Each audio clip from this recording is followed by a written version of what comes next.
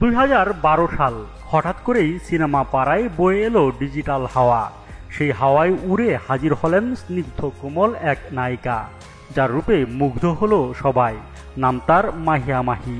এই নায়িকা ভালোবাসার রং দিয়ে পুরা মনে ছড়ালেন জান্নাত এর স্নিগ্ধতা। 2012 সালের আনকোরা মাহি ধীরে ধীরে হয়ে উঠলেন জনপ্রিয় এক নাম। তার গল্পটা শুধু সফলতার নয়, কখনো কখনো কালো মেঘেও ঢাকা পড়েছে। এক্কা দোক্কার নিয়মিত আয়োজন জীবনের গল্পে আজকের পর্বে থাকলো মাহির উত্থান পতনের গল্প। রাজশাহীর মেয়ে মাহিয়া মাহি স্কুল কলেজের দিনগুলো কেটেছে ঢাকায়। মাহির আসল নাম শারমিন আক্তার নিপা। কলেজে পড়াকালীন পা বাড়ান মডেলিংয়ের দিকে। মডেলিং নিয়ে যখন ধ্যান জ্ঞান ঠিক সেই সময়েই পেয়ে যান সিনেমায় কাজ করার প্রস্তাব। সিনেমায় প্রস্তাব পাওয়ার ঘটনা নিয়েও রয়েছে মাহির মজার অভিজ্ঞতা। জাজ মাল্টিমিডিয়া কেবল তাদের কাজ শুরু করেছে, সেই সময়ে জাজের কাছ থেকে কাজের প্রস্তাব পান মাহিয়া মাহি। মাহি ভেবেছিলেন জাজ হয়তো কোনো একটা ইভেন্ট কোম্পানি, কিন্তু ভুল ভাঙতে বেশি সময় লাগেনি। তারপর তো রীতিমতো নায়িকার প্রস্তাব পেয়ে সুযোগটা আর হাতছাড়া করেননি তিনি। 2012 সালে মাহি ও বাপ্পি চৌধুরীকে নায়ক নায়িকা করে সিনেমা বানানো শুরু করে জাজ মাল্টিমিডিয়া। এই দুজনকে দীর্ঘদিন গ্রুমিংও করান তারা। শাহিন সুমন পরিচালিত ভালোবাসার রং ছবি দিয়ে মাহির যাত্রা শুরু। ছবি মুক্তির আগেই জাজের মার্কেটিং পলিসির কারণে আলোচনায় চলে আসেন মাহি। শুধু তাই নয়, হলে হলে জাজের ডিজিটাল প্রযুক্তির ব্যবসাও ভালোবাসার রং ছবির মাধ্যমেই শুরু করে।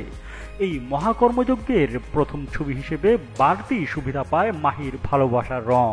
এই ছবির সফলতার পরেই চলচ্চিত্র জগতে একটা রমরমা অবস্থা শুরু হয়ে যায়। সেই রমরমা অবস্থার প্রথম নায়িকা মাহিয়া মাহি। 2010 সালের পরের ডিজিটাল প্রযুক্তিতে মুক্তিপ্রাপ্ত ছবিগুলোর প্রথম জনপ্রিয় নায়িকা হিসেবে মাহির যাত্রা শুরু হওয়ায় তাকে রাতারাতি তারকা খ্যাতি এনে দেয়। মাত্র কয়েক বছরের ব্যবধানে মাহি পরিণত হন রীতিমতো হার্ট থ্রোব নায়িকায়। 2013 সালে মাহি অভিনীত পুরামন ছবিটি ব্যাপক ব্যবসা সফল হয়। ইন্ডাস্ট্রিতে পা রাখার এক বছরের মধ্যেই সুপারহিট ছবি উপহার দেওয়া মাহির ভাগ্যকেই এক ধাপ এগিয়ে দেয়।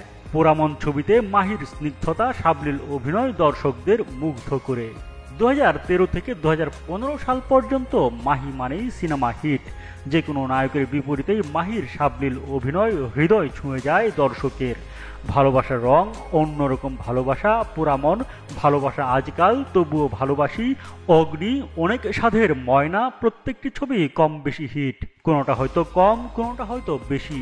সে সময় সিনে বুদ্ধারা মন্তব্য করেছিলেন শাবনূর মৌসুমীর পর মাহি আরেকটা আইকন হয়ে উঠতে পারে। সে সময় মাহি জানিয়েছিলেন অভিনয়ের স্বপ্ন ছিল, কিন্তু সেটা নাটক বা মডেলিংয়ের। কিন্তু এত রাতারাতি সিনেমার নায়িকা হয়ে যাবেন তা ভাবেননি তিনি। তবে সবার যেরকম প্রশংসা পেয়েছিলেন তাতে নিজেকে লাকি মনে করেছিলেন এই নায়িকা। জাজের সঙ্গে ভালোভাবেই চলছিল সব কিছু, কিন্তু 2015 সালে এসে ছন্দপতন ঘটে মাহির জীবনে। 2015 সালের জানুয়ারি থেকে মাহির সঙ্গে টানাপোড়েন শুরু হয় জাজ মাল্টিমিডিয়ার। সেই টানাপোড়েন চলে বছরের মাঝামাঝি পর্যন্ত। ফলে 2015 সালের মে মাসে এসে জাজ ছাড়তে হয় মাহিকে। জাজ মাল্টিমিডিয়া ছাড়ার পর মাহি দীর্ঘদিন আর কাজে ফেরেননি।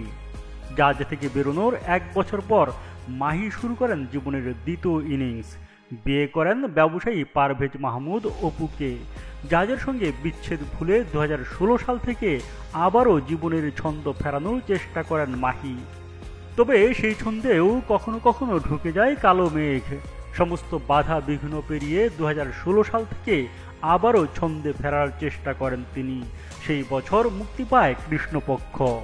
পরের বছর 2017 সালে মুক্তি পায় ঢাকা অ্যাটাক। এই ছবিটি মাহিকে আবারও আলোচনায় আনে, যদিও ছবিটিতে মাহি নিজের উপস্থিতি নিয়ে ততটা সন্তুষ্ট হতে পারেননি। মাহির ঘুরে দাঁড়ানোর চেষ্টা বৃথা যায়নি। 2018 সালে এসে তিনি আবারও তার পুরনো ছন্দে ফিরে যান। জাজ বা বড় কোনো প্রতিষ্ঠানের সহায়তা ছাড়াই মাহি ঘুরে দাঁড়ান এই বছর। এবছর মুক্তি পায় মাহির উল্লেখ সংখ্যক ছবি। তার মুক্তিপ্রাপ্ত 5টি ছবি কম বেশি ব্যবসা করে। সবচেয়ে বড় কথা, মাহি ভক্তরা আবারও তাদের প্রিয় নায়িকার উপর ভরসা করতে শুরু করে। 2018 সালে মুক্তি পাওয়া ছবিগুলোর মধ্যে মুস্তাফিজুর রহমান মানিক পরিচালিত জান্নাত ছবির জন্য প্রশংসিত হন তিনি। এই ছবিতে গতানুগতিকতার বাইরে দাঁড়িয়ে ন্যাচারাল অভিনয় করার চেষ্টা করেন। মাহি নিজেও এই ছবিটিকে ক্যারিয়ারের অন্যতম সেরা ছবি হিসেবে ঘোষণা দিয়েছিলেন। 2019 সালে এসে মাহি আরও দৃঢ় মনোবল নিয়ে কাজ করতে শুরু করেন।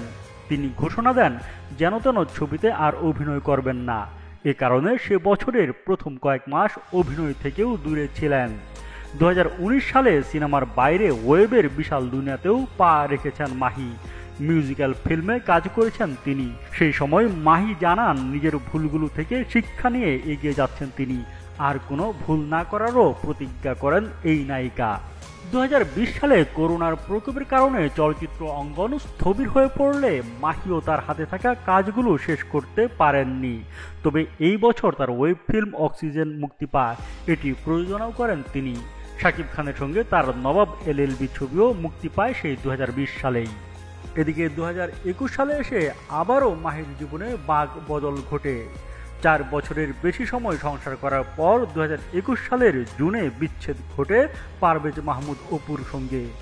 ওই বছরের সেপ্টেম্বরের 13 তারিখে মাহি বিয়ে করেন গাজীপুরের ব্যবসায়ী ও রাজনীতিক রকিব সরকারকে। বর্তমানে তার সঙ্গে সংসার করছেন এই চিত্রনায়িকা। 2023 সালের 28 মার্চ মাহি পুত্র সন্তানের মা হন। এরপর থেকে সংসার ও সন্তান নিয়েই ব্যস্ত সময় পার করছেন তিনি। এদিকে 2018 সালে মাহি ভাড়া নামের একটি ফ্যাশন হাউস চালু করেন। উত্তরায় রয়েছে ছোট্ট কারখানা। সেই ব্যবসার পাশাপাশি 2022 সালের 4 মে গাজীপুরে শুরু করেছেন রেস্টুরেন্ট ব্যবসা। ফারিস্তা নামের সেই রেস্টুরেন্টটি ইতিমধ্যেই জনপ্রিয় হয়ে উঠেছে। এদিকে 2022 সালের শেষ দিকে এসে রাজনীতিতেও নাম লেখান এই নায়িকা। বর্তমানে আওয়ামী লীগের সাংস্কৃতিক সংগঠন বঙ্গবন্ধু সাংস্কৃতিক জোটের কেন্দ্রীয় কমিটির যুগ্ম সাধারণ সম্পাদকের পদে দায়িত্ব পালন করছেন তিনি। 2022 সালে একটি উপনির্বাচনে আওয়ামী লীগের হয়ে এমপি নির্বাচনে অংশ নিতে চেয়েছিলেন তিনি।